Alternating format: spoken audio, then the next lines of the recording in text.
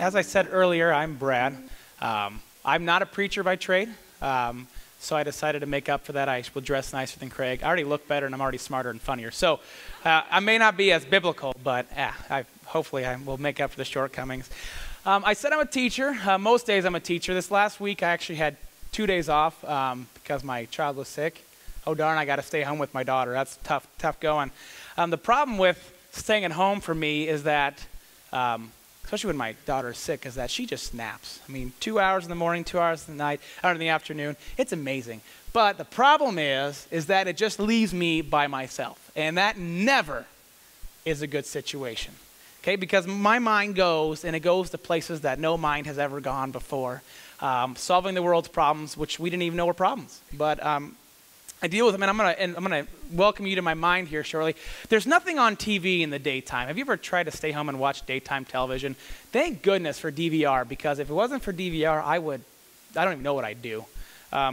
But I actually stumbled across some movies that were going on, that were playing on Thursday and Friday. One was 3:10 to Yuma, and I didn't know there was an original, but this was the remake of the original. It was the Russell Crowe and Christian Bale version, and it's pretty good. If you haven't seen it, it's an Old West movie that, it doesn't matter. But what goes on is there's a lot of shootings, and a lot of people are dying, just like the Old West was, as I've always been told or always seen in the movies.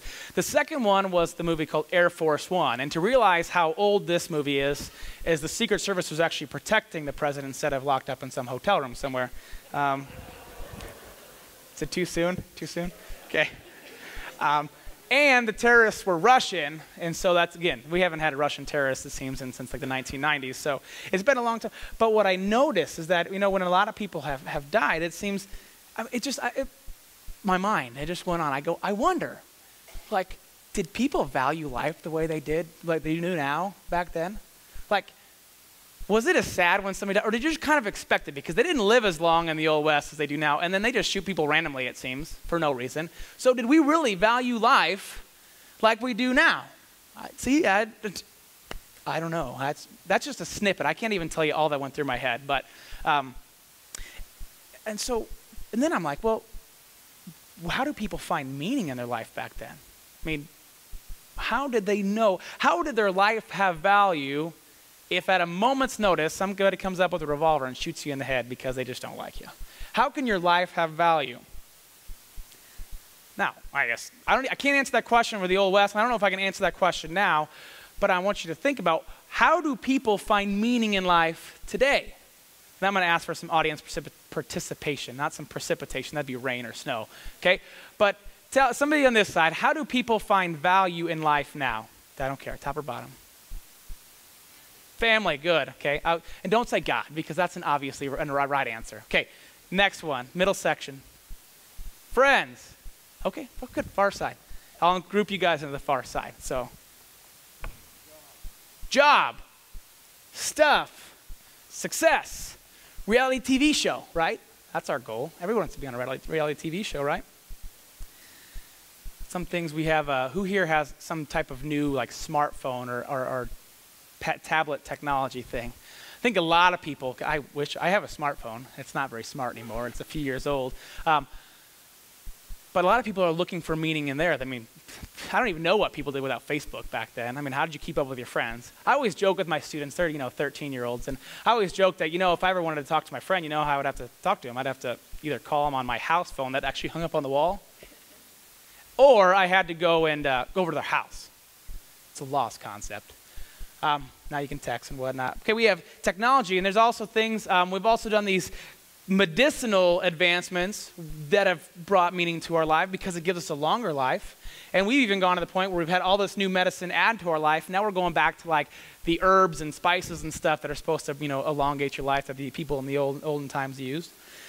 Work. We have people who find value in work. If I can just be successful, if I just make enough money, if I just can have the responsibility at work, that will bring me meaning. We mentioned family. We mentioned marriage, children. Those are not bad things to find value in, okay? But the problem is that millions of people have tried to find meaning in these things, and unfortunately, if you find meaning in only these things, or you look for the meaning, you will always be searching.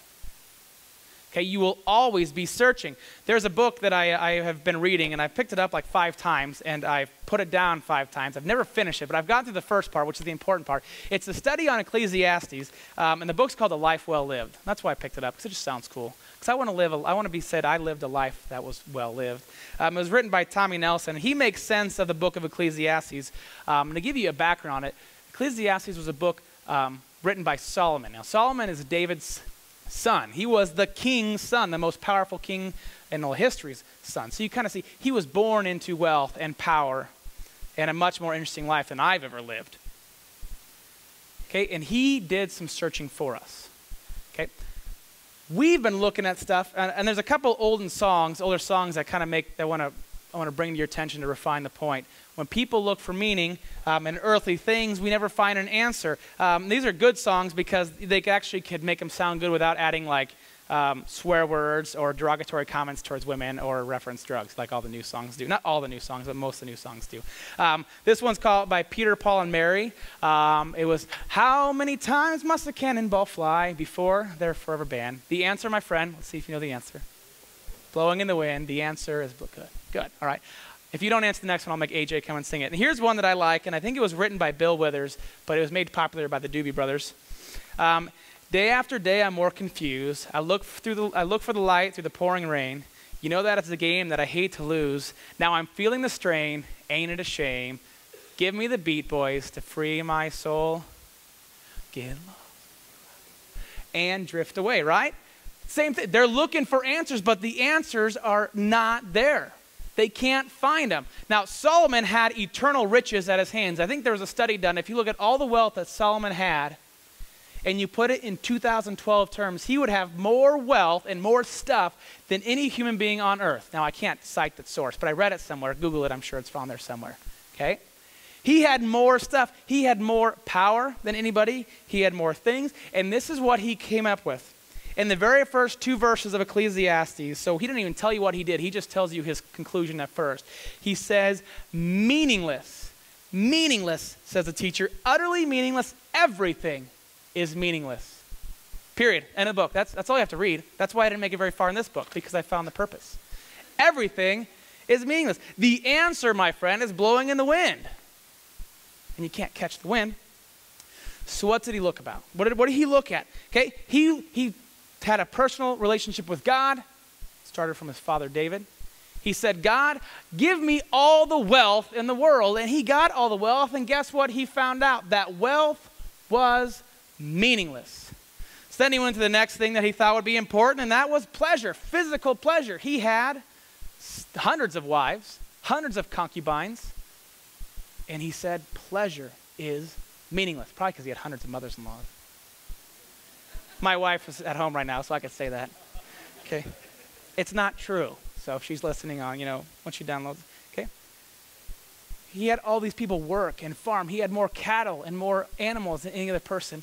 And that, to him, was meaningless. And here, if you read further in chapter 1, it's in verse 8, he says something, and this is, you have to look through several translations to find this one, but it all is the same. It says, all things are tiring. Man is not able to tell. Eye has never seen enough. Ears have never heard enough. What he means by that is everything we are looking for to find pleasure on earth is never enough. Everything we hear about is never enough. Man cannot understand. Not can we not understand. We are not able to understand meaning in your life. And here's why. And I'm going to tell you the way that the author of this book told it, Tommy Nelson. He says, man is a finite being, which means you have a beginning date and you have an ending date. And if you didn't know that you have an ending date, I am sorry, but you will. And I'll have one too, okay? And earth is a finite thing. Earth had a beginning date, and depending on your source, it might have been up to 5 billion years ago, and it has a ending date. Might be December 23rd, 2012, whatever the new movie's going to be, okay? Or it could be 5 billion years from now. But we know that at one time, in the future, the earth will no longer be in existence.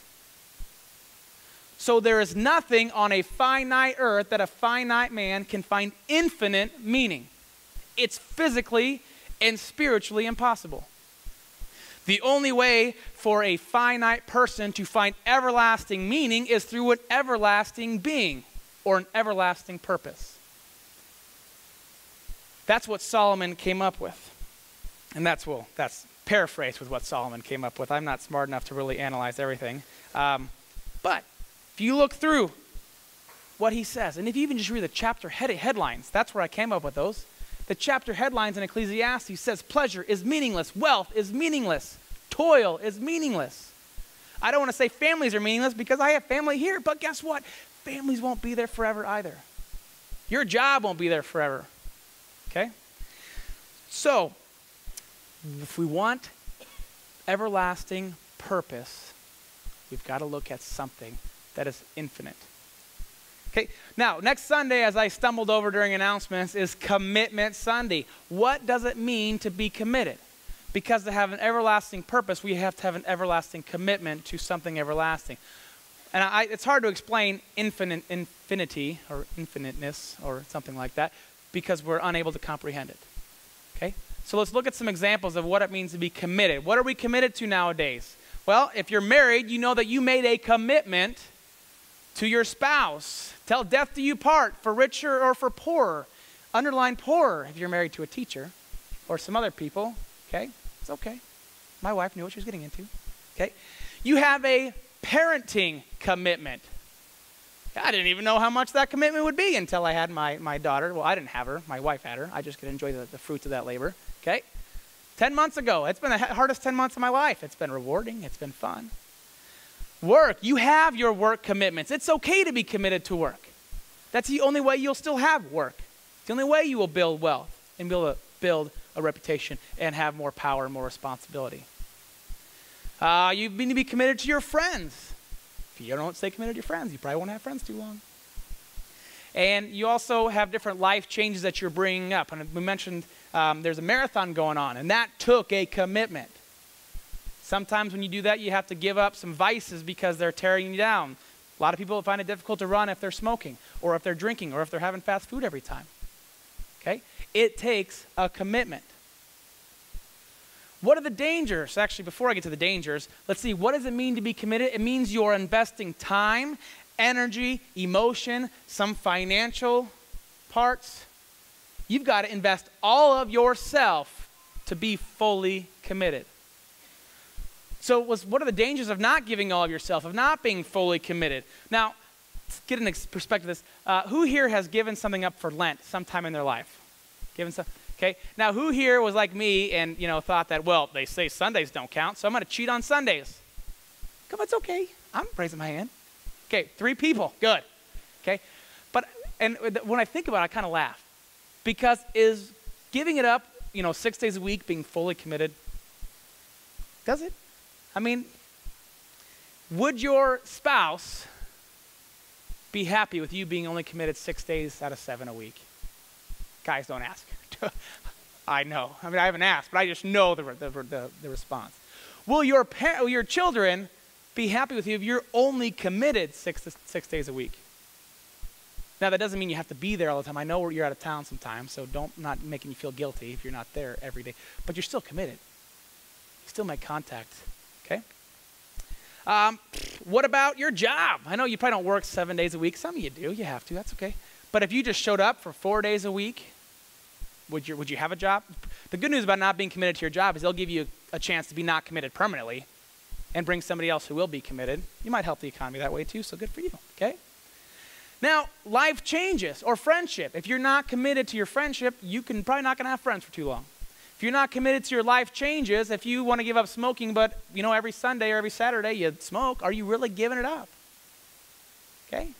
I'll give you a personal example of a training, life change story that I was not fully committed to. It is Marathon Sunday in Lincoln, and I've run Lincoln Marathon. I've run 2 others.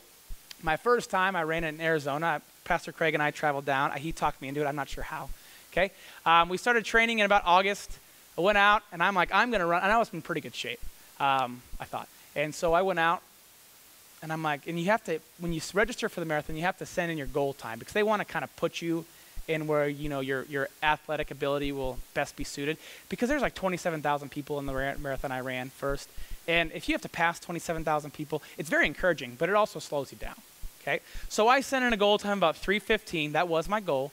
And so I was in the first, they have a 0 corral, and then they have the 1 corral. And I was in the 1. So I could see all of those elite runners.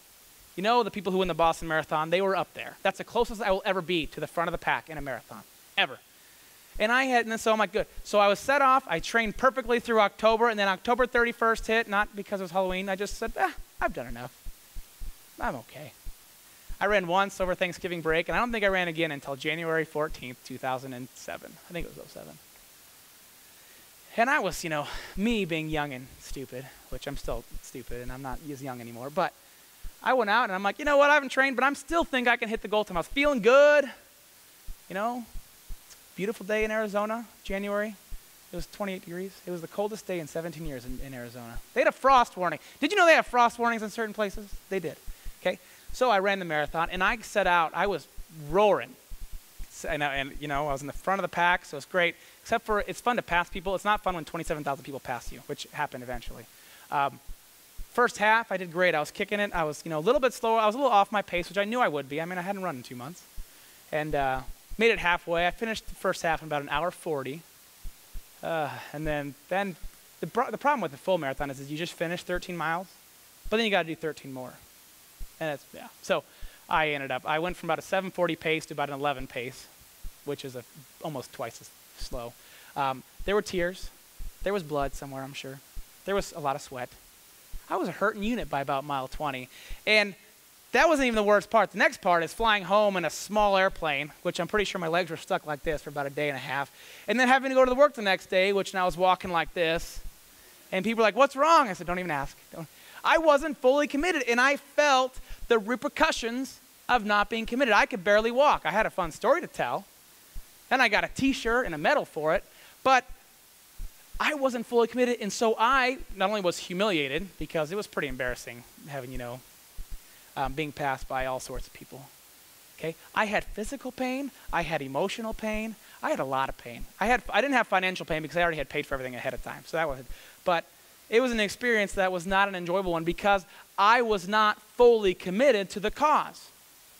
Now, what happens if you're not fully committed to the other things? Well, I already mentioned, if you're not dedicated to marriage, you're not going to have a marriage to get dedicated to. If you're not dedicated to your children, then they're not going to, be very fond of you in the future. You're going to miss out on one of the greatest things in life. Dedicate to work. If you're not dedicated, you're going to lose your job. Friendships, no friends, life changes, not going to be permanent. So what's the reward? Because commitment's a hard thing. Committing yourself fully is hard. So what is the reward for these commitments? Well, committing to your marriage means you're going to have a lifelong relationship with somebody who will go through everything with you. You'll experience no greater love than that until you're off this earth. Dedication to your children. If you didn't know, they're the ones who will pick the home that they will put you in when you get old. Think about that now. Okay? Or maybe they'll let you live with them, which might even be worse, actually. Okay? Mom, you can live with me anytime. All right. Dedication to work. You have success. There's a financial reward. There's a power reward. You might get more power, more responsibilities. That's a good reward. Dedication to your friendship, kind of like marriage, you have companionship for life. And dedication to your life changes. You will have a healthier you, and you'll probably live longer. Okay? There's one shortcoming, though. All of these rewards for earthly commitments end when you leave this earth. What are the marriage vows? Till death do us part. So when you die, that reward is over. When you, hopefully before you die, you're done working. You enjoy retirement. Okay? Friends. You can't take them with you. Life changes. Can't take it with you. Okay? So the reward is great on earth. But the reward ends. That's the shortcoming. So let's look back. to what was said by Solomon, finite things, finite commitments can bring a reward, but they are finite rewards. The only way for infinite meaning and infinite reward is by looking at an infinite purpose or an infinite being. So we're going to talk about dedication to God. I didn't let you answer that earlier, which I know you knew is the right answer. So what does it mean to be dedicated to God? It takes the same things as being dedicated to earthly things. It takes time. It takes energy. It takes emotion. And yes, it takes a financial responsibility or financial involvement. Craig made me say that. I didn't want to say that because that always brings people down. Okay? It takes all of you to be fully committed to God. What does that look like? Okay. Well, let's just look over what Craig has said in the past few weeks. 3 weeks ago, he talked about gratitude. Okay, gratitude is kind of a complicated thing. Gratitude is our response to what God has given us. It's not just not being gracious, saying thank you. It is what is your response to what God has given you. And if you ask James, which he's no longer around, but he wrote a book in the Bible. James was Jesus' half-brother, and he has one of the more well-known verses. I'm going to read just a snippet of it. Comes from chapter 2. What does it profit, my brother, and if someone says he has faith but does not have works, can faith save him? And here's this example. If a brother or sister is naked and destitute of daily food, and one of you says to them, depart in peace, be warmed and be filled, but do not give him the things which are needed for the body, what does it profit? Thus also, if faith by itself, if it does not have works, is dead. And that's the thing that you probably heard. Faith without works is dead. Now, I just read that. That's pretty powerful. I would never say that without biblical reference. But James say, without gratitude, you cannot appreciate the gifts that God has given you. Without acting upon your gratitude, you don't fully appreciate what God has given you. Now, you do show gratitude, okay? We do it as a church. I'm sure you do it in your own life. I'll give you some examples. Right now, we're starting off the summer food drive. See some yellow shirts back there, okay? We collect food, and I would argue that we are the biggest food giver in the Omaha area. Every time you fill a grocery bag or every time you're there to help collect grocery bags, you are feeding the people. And when we don't think about it, it seems like it's a pretty easy thing. But what you're doing is you are recognizing that God gave you the ability to buy extra food to give to people who can't buy it themselves. That is gratitude. You may not think of that. You might think, oh, they're doing another food drive. We better participate. But what you're really doing is you know that you have the extra means, the extra funds to help people who don't. That is gratitude. You are acting on what God has given you. Every time you fill the offering bucket, whether it be the bucket or the wicker basket, we take a lot of different offerings in the church for different local ministries, for our missions trips. Every time you give, it is part of your wealth that you are giving away. And yeah, you might be shaking your hand when you're writing that check. I know it's sometimes tougher than in months, certain months. But you are giving in response to what God has given you. There are other examples. We have new clothing drives. We go on missions trips. We're going to Belize next month. We're going to different places with the youth group in July and in June and July. That is a response for what God has given you. Every time you make a blanket, we have a couple blankets things. Every time you give blood, I always joke, that's the only thing they still take from me sometimes. That and taxes, okay? Every time you do that, you're giving, okay? Every time you serve here at the church, you're giving your time because God has given the ability. Whether it's set up and tear down, which isn't that difficult. They let me do it usually. So, they'll accept you. Whether you're helping in the frog pond, whether you're helping in the greatest job ever, giving out donuts to people. You're giving back because you have felt God's gifts and you're responding. That is gratitude, okay? Gratitude is the outward response to what God has given you. Now, what is the inward response? The inward response is what Craig talked about last week, and that is faith. The trusting that God has stuff for you, a better plan, that he has good things. Not that you won't have bad days, but that God has an ultimate goal for you.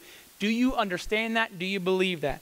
Craig read out of Hebrews 11, and this is one of the more popular verses. Faith is the confidence that what we hope for will actually happen and gives us assurance to the things we cannot see.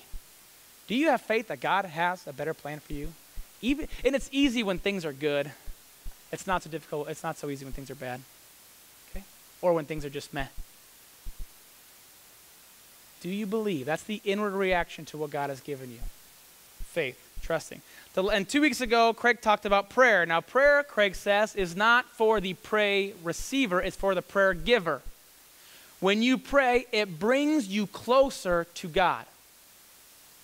Craig cites some theologian. I'm not sure who it is. He always cites theologians, and usually by then I'm not paying attention as close as I was when I started. But he said, prayer is for the prayer. It doesn't change the heart of God. It changes the heart of the person saying that prayer. You may remember that. He says it like every week, I think. So you probably heard it before. And a year ago, and I remember it was a year ago because it was Marathon Sunday, I filled in for Craig then also. I should just book it every first Sunday of May. I'm just going to be back here, I think. So you can plan around that. I talked about different prayers. I cited 4 biblical prayers. I can only remember 3 of them. One was the prayer of Jabez. There was the prayer of Paul to the Ephesians. And, of course, the Lord's Prayer. And they all have some structure to them. I'm going to give you one more that I found that I've always liked. If you want to find it, use your local search engine. And it's St. Francis of Assisi. He says this, and this is the best representation of asking God to prepare you to do what he wants to do. He says, Lord, make me an instrument of your peace. Where there is hatred, let me sow love. Where there is injury, pardon. Where there is doubt, faith. Where there is despair, hope. Where there is darkness, light. And where there is sadness, joy. O divine master, grant that I may not so much seek to be consoled as to console, to be understood as to understand, to be loved as to love. For it is in giving that we receive, it is in pardoning that we are pardoned, and it is dying that we are born to eternal life. Amen. That is St. Francis asking for God to equip him and to use him. He's not saying, God, change you. He's saying, change me. So feel free to add that to your prayer life. If you're like me, and you know what, I'm not going to lie to you. My commitment to prayer is usually faltering. Just glad that God listens to me sometimes, okay? Well, not really. He does listen to me all the time. But I'm going to give you a quick little phrase to help you remember. It's a quick acronym, okay? Because those make it easy to remember. Remember this. When you're going to pray, remember exactly. Okay? P. 4 P's. When you pray 4 P's. Pray first for presence, that God will be with you in all that you do. He is already, but it helps you know that. Pray for God to be with you. Pray for his presence. Pray for protection. Pray that God will protect you from all harm. Pray for purification. That's a hard one. I know that was kind of one of the questionable P's. But we mess up. Pray for God to take our mess ups away, that we can live cleanly and more willing for God. And pray for power. The power to do what he wants us to do. 4 P's. There you go. All right. You probably already have. I'm sure those of you have a much better prayer commitment than I do. Already have a list of the way that you pray. Maybe you have some go-tos. Maybe you just do it on your own. But feel free to use that one. Commitment involves a few more things. We're going to go back to the David verse that was read earlier, Psalm 37. I'm going to start with verse 3 and go to 4, and then I'll go to the other ones later on. He says in verse 3, commitment is this: trust in the Lord, faith, and do good, gratitude. I lost my spot. There you go. Dwell in the land and enjoy safe pasture. Take delight in the Lord, and he will give you the desires of your heart. Be joyful in God. Okay? So those are extra things that David had added. Now, there's a story, 10 years ago, that was called the annual conference. And that's just a big meeting in Lincoln where people from different churches come and they talk and all this stuff. It's kind of boring. But you get to listen to some really good preachers. And there's a guy, he wasn't a preacher, but he was a lay leader in the United Methodist Church, like the whole the nationwide organization. And he had a quote that's stuck with me for over 10 years, and he said this: every good Christian, and I'm going to change good to be every committed Christian, every committed Christian, whether clergy or laity, whether you're up at the pulpit and you're ordained or whether you're sitting in the pews, must be ready at a moment's notice to do 3 things: to preach, to pray, or to die. Every committed Christian must be ready for three things: to preach, to pray, or to die. Now, the sad news is, for me, is that AJ had already prayed before I got up here, so it left me two choices, and I figured preaching would be the least dangerous to myself. Okay? Now, what does that mean? What does it mean for that? Well, first, preaching is not just, Bible thumping on the pulpit. It is living the actions of God and then sharing God's word when you can do it. Okay, that's rarely done. It's more effectively done from a person-to-person thing. Showing God's love is the best preaching you can do.